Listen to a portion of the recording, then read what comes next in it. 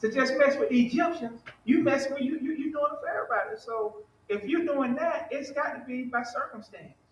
Because you can't even separate the plagues. You can't even separate the punishment. Mhm. So why should I? So the Lord, because the Lord knows our heart and knows our mind before we even do, he said, okay, Pharaoh, before you even say it, because I know you already thought it, all right, I'm going to make it to where my people would not get touched no more. And that's what he did. He said, I will make a difference between my people and your people. Well, let me back up. Before he said that, he said, in order that you may know that I am the Lord in the midst of the land. See, now, Pharaoh, I want you to realize that your gods are not in the midst of the lands because the gods y'all pray to is in the water. The gods y'all pray to is in the thunder. The God that y'all pray to is in the frogs, right? I'm in the midst of the land that I can sit there and be a bridge. I can sit there and be a shelter in between your people and my people. Hmm? We always talk about he's a bridge over troubled water, right?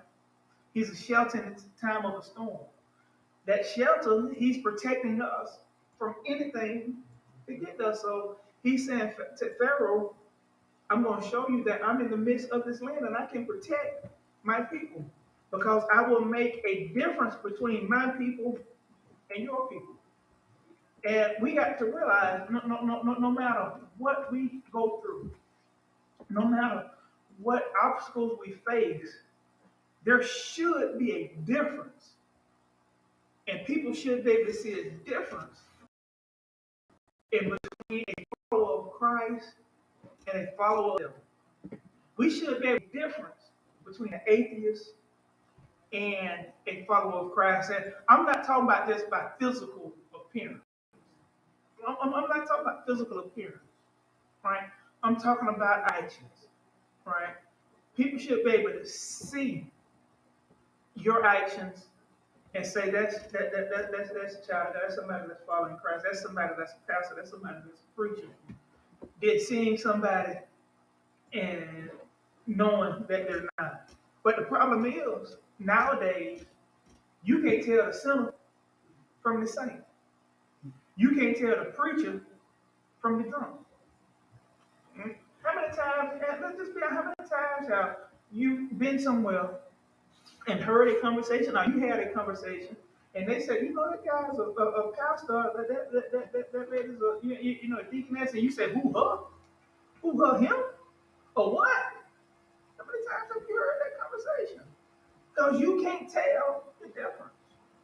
During this time, these other plagues, I believe the Lord, Pharaoh didn't see the difference because everybody was suffering. So the Lord is making it plain now that I'm going to show you that there's a difference between the Egyptians and the Hebrews. I'm going to show you a difference, that there's a difference between those that follow me and those that pretend to follow me. I'm going to show you a difference between those that pretend to follow me and those that don't even want to know me. Because the thing is, the ones that pretend, I'm going to do them worse than the ones that don't know me. Because he says a liar wouldn't even tarry in my eyesight. Mhm. So he's showing a difference right here. And God wanted Pharaoh to know that there was something special about the people of Israel. He wanted them to know there's something special about each and every one of us. All right. There's some, even though all of us were made in God's image, right? He still breathed blew a different breath in each one of our bodies. That made each and every one of us special because we had a special breath that was blown into us. We had a special breath that was intended for a special purpose. All of us are special. Mhm. The question is, how are we using our gifts that God has given us? Are we using it to let our light shine? Or are we using it for dark? Mhm. But he wants us to know And he wanted Pharaoh to know that there is something special about my people. And I can set my people apart at any time, any minute, hour that I choose. At any time. I can set them apart at any time. I can deliver them. But in our mind, because we're not delivered yet, we don't know if we're going to be delivered. And then because we hadn't been delivered yet, and other people see us struggling, the devil uses that to get in our minds because that flesh is weak. That flesh is, that flesh has holes in it. And because of that, the flesh listens to the street committee. The street committee will mess you up.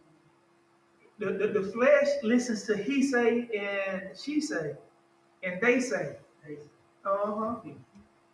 That's what the flesh listens to. The flesh won't even, as me and Brother McChapel was talking earlier about stuff, and the Lord said the only thing that's eternal is my word. But the problem is, we don't believe the word. We won't listen to the word, and the reason why is because we're too busy listening to what him say, they say, she say, and get ourselves in a whole bunch of trouble. I made a comment once before that every time I walk through a cemetery, I've never seen him say, they say, or it says, lies here. I've always seen somebody's name. But the problem is, there's a lot of people names on them tombstones that have followed them people, that have followed what they say. Mm-hmm. And so he's showing that I can make a difference in my people. But you got to believe in what God says and not what they say. You have to believe in the word of God and not what somebody said. That's why, and I'll go back to this, that's why we have to study to show ourselves approved. Workmen need not be ashamed. But because even though Pastor is saying this tonight, Pastor is teaching the Exodus experience tonight, we should go back and study to make sure we're getting a better understanding and go back and talk to the Lord and say, Lord, when Pastor said that he feels in his research that Pharaoh didn't listen, help me to understand that more. Am I not listening to your word? Right? Go back and read and go back and look at the other plagues and see. That's how I study. All right. When I see something, I'll go back and look to see. And that's the understanding that I get, but I don't lean on my own understanding. And then I go to the Lord in prayer. Lord, this is everything I have. This is everything I studied. Lord, now as I get ready to do all of this, speak to me and speak through me. Guide me in this.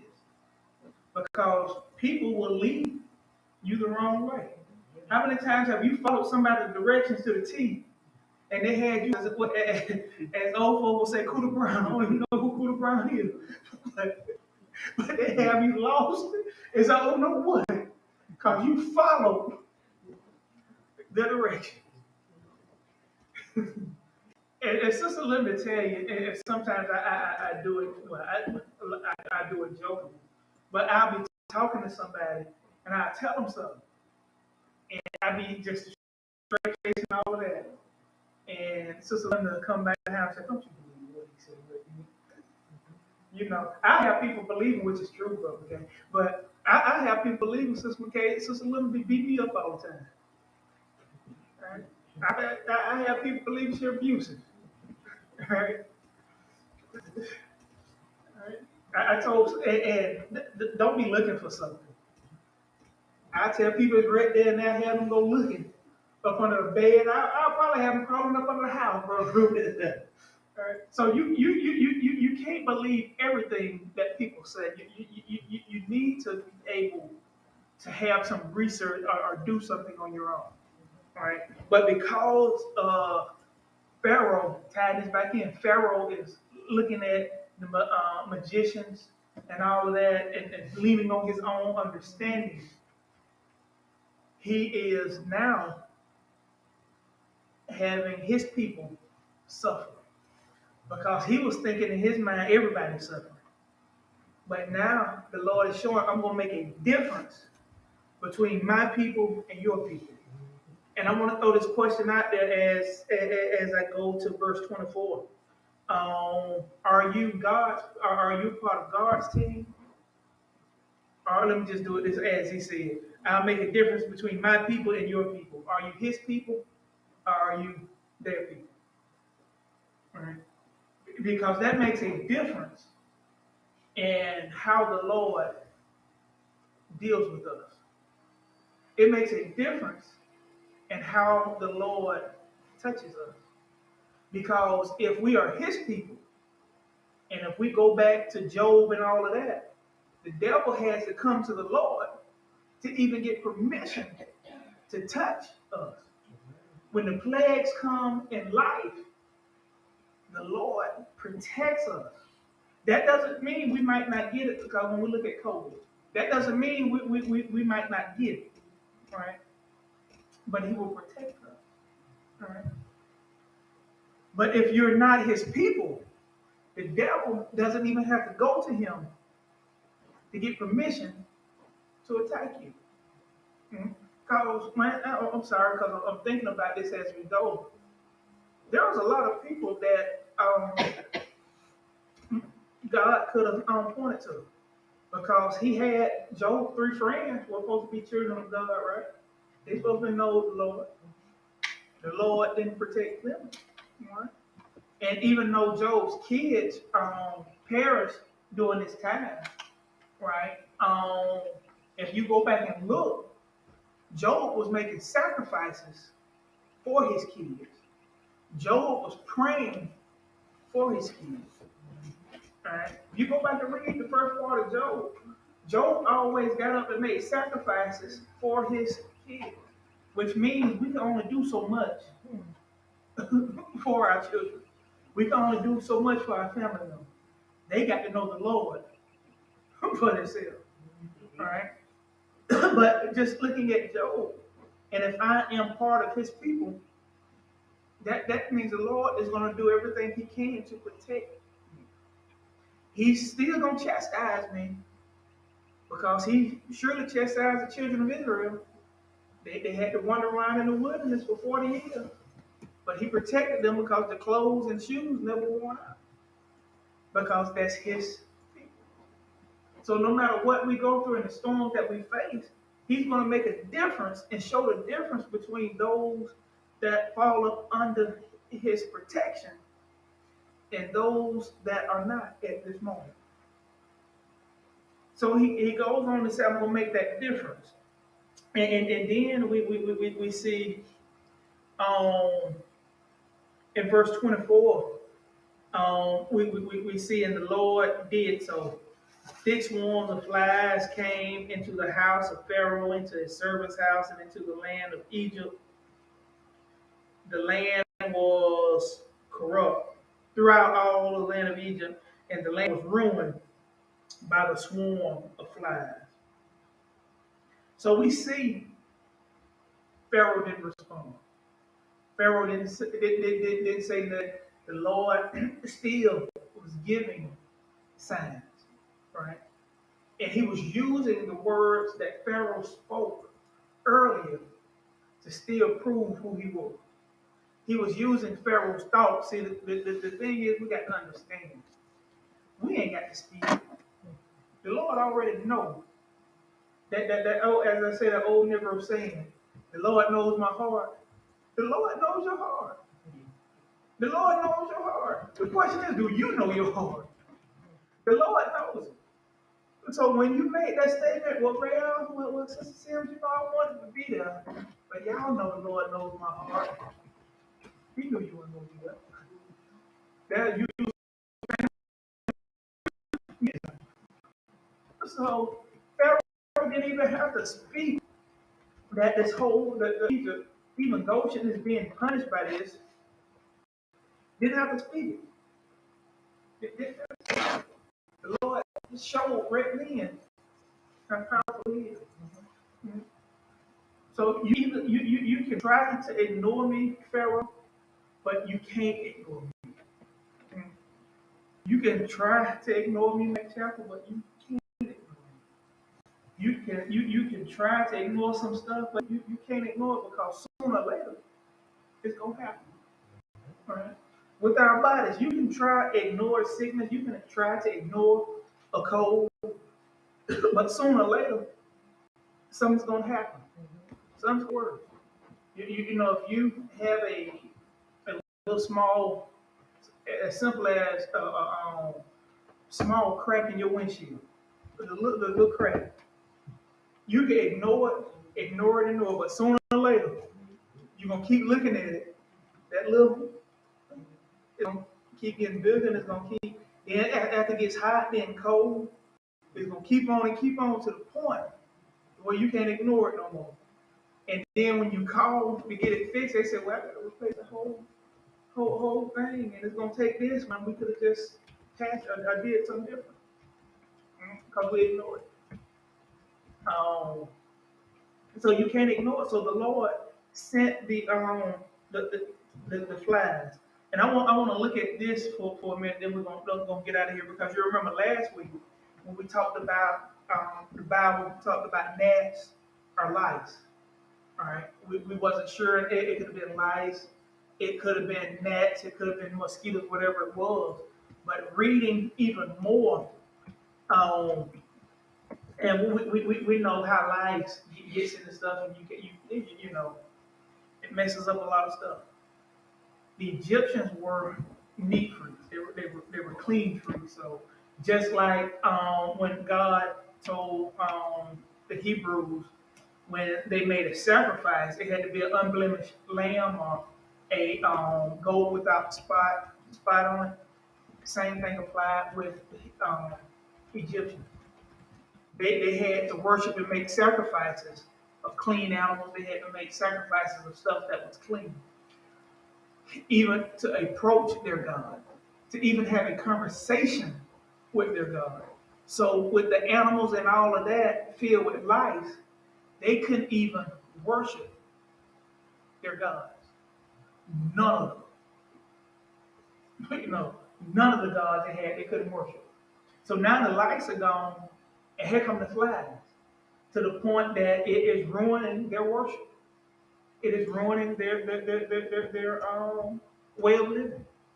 And when we look at it, because it's flies, and we think about flies, flies just they don't bite, they don't really, they're aggravating. But when we look at it, because it tells us that it was swarms of them that came. And when you look at Psalm 78 in verse 45, it says, He sent among them swarms of flies, which devoured them, and frogs, which destroyed them. So when we look at this, that devoured them, first thing that some of the researchers looked at was sandflies. A sandfly bite. Sandflies hurt. The other ones that they looked at was mosquitoes, because mosquitoes bite. Mosquitoes hurt. So it wasn't just an ordinary fly. It was a horse fly. It was something that bites.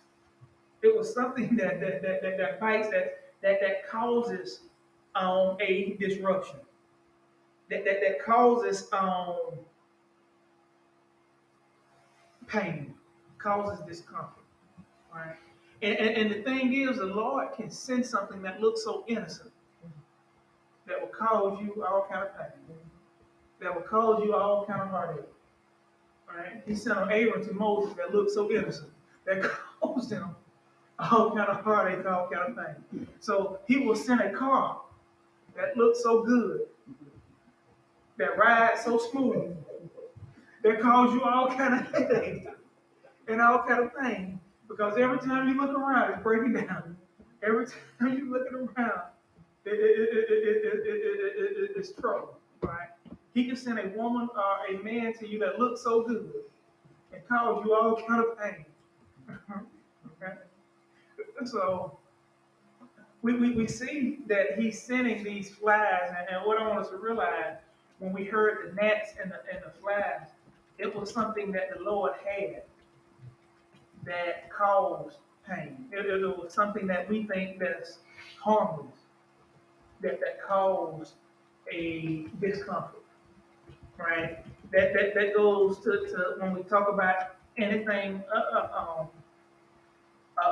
that saying? A lot of some is sometimes not good for you. Too much of anything is not good. Um, he sent the flies. But not only were they outside, right? Because when it's in the summer months, with mosquito season out, we could have somebody come spray. Then if it's still thick outside, what do? We just stay in the house. Then when we do go somewhere, we put on long sleeves. We go with all our spray on, especially if we're going to a cookout. Um, Sister Linda, she makes sure when we're going to a baseball game, softball game, outside, she got about 15 different sprays. She's got some prepared for everybody. Because if somebody don't like spray, she got this for that person.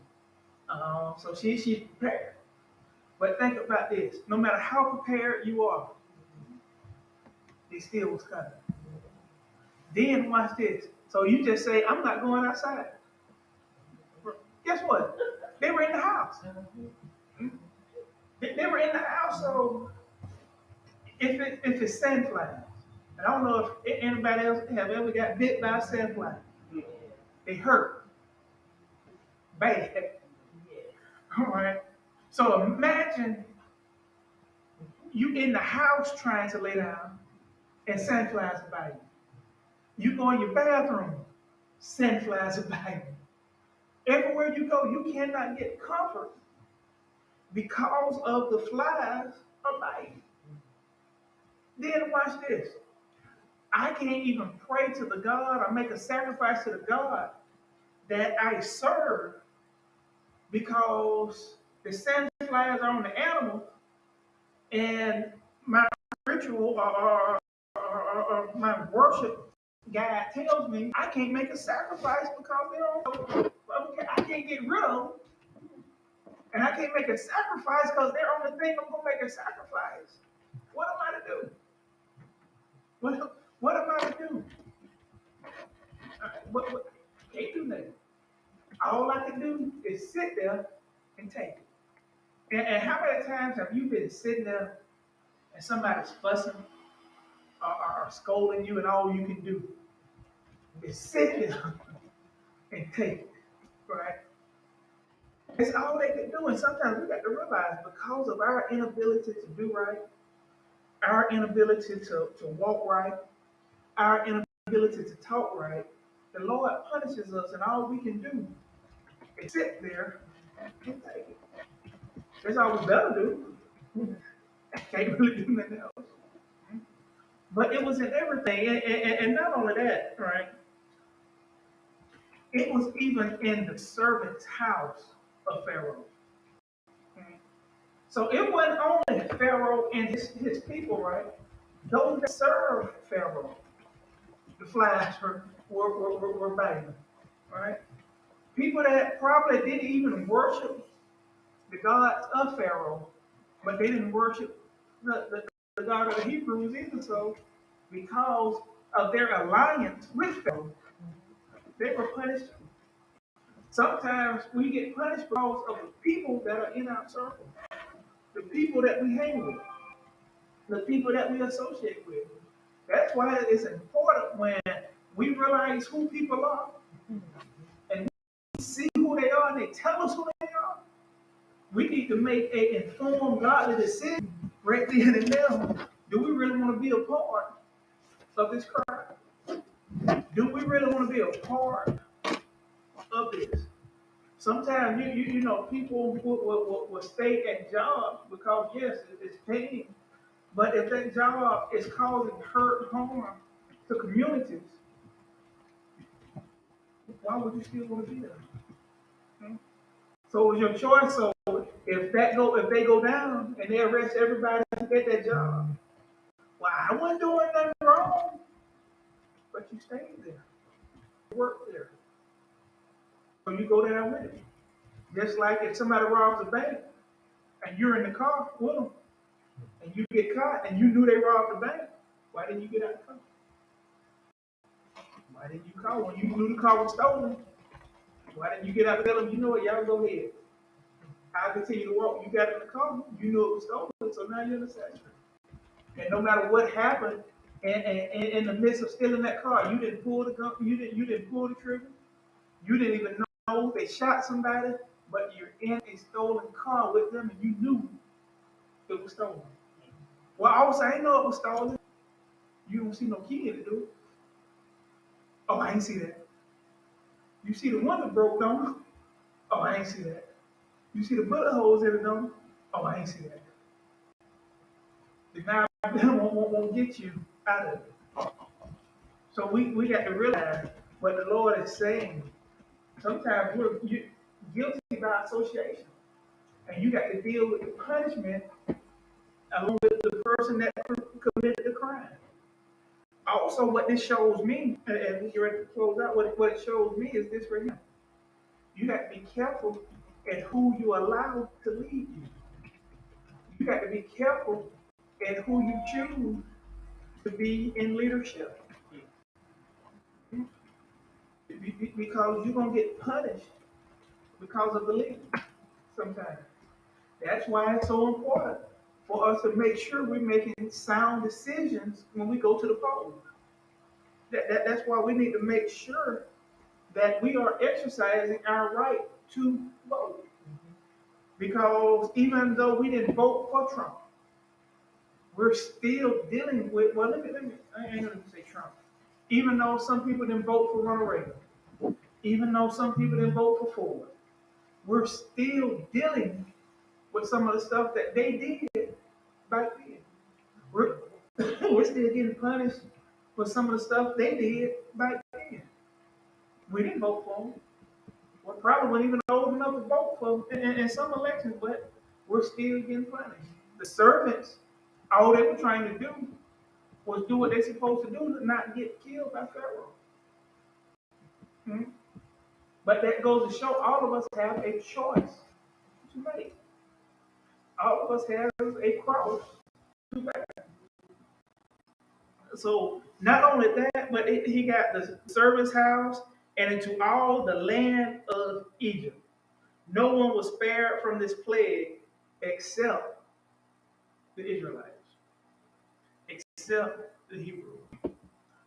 Once again, the Lord at this point, and we're going to pick up on 8 and 25 when Pharaoh called Moses and Aaron. We'll pick up there in 2 weeks because I won't be here the first. Yes, I will. Next week. I'll be here next week. We'll be back 2 weeks. So we'll pick up my days off. Off it's 5. It's an extra week in April. This is a fifth Friday in April. But we got to realize this, and something I want us to think about tonight, moving into Sunday and next week. One, what team are we playing for? What team are we playing for? And all of us will say, without a shadow of a doubt, all of us will probably say we're playing for the Lord's team. But are you on the Lord's team as a spy for the devil? What team are you really playing for? That's a question you got to ask yourself. That's a question you got to ask the Lord. Then the next thing I want us to think about this week, or start taking time, is this right here. Are we ignoring God's message to us? Is it something that the Lord has been trying to tell us? Is there a warning that He's been trying to give us? Have we been ignoring His message? And are we on His team? Because if we're not on His team, He ain't been giving us no message. All right? But if we're on His team and we're not spies for the devil, we need to make sure we are listening to what He has to tell us. we're not ignoring His sign. And if you still don't know, after having that conversation with the Lord, after talking to the Lord, just ask for forgiveness. Right? But whatever we do, just have a conversation with the Lord. Have that conversation with the Lord, not only for you, but for others. Because we're in the midst of a plague. We don't know what plague. We don't know if it's number 1 or number 10. We're in the midst of a plague. COVID has come, and it's kind of subsided. Storms have come. The fires have come. We're in the midst of a plague. That's right. We're in the midst of one. So it's up to us to pray, to ask the Lord to have mercy, not only on their soul, but mine as well. We thank y'all again, and once again, we want to thank Brother Rogers for stepping in for Sunday for the service. Sister Linda will have the programs printed. We're going to print them before we leave out, and we'll just have them from them in the back. Any questions, concerns, comments? We thank you all. Continue to pray for us as we travel. I still will have my phone, text, so if y'all need anything, text, call. Even when I'm in the meetings, text, call. Told them at work, text, call. I might get somebody tell them to call me in the middle of the meeting.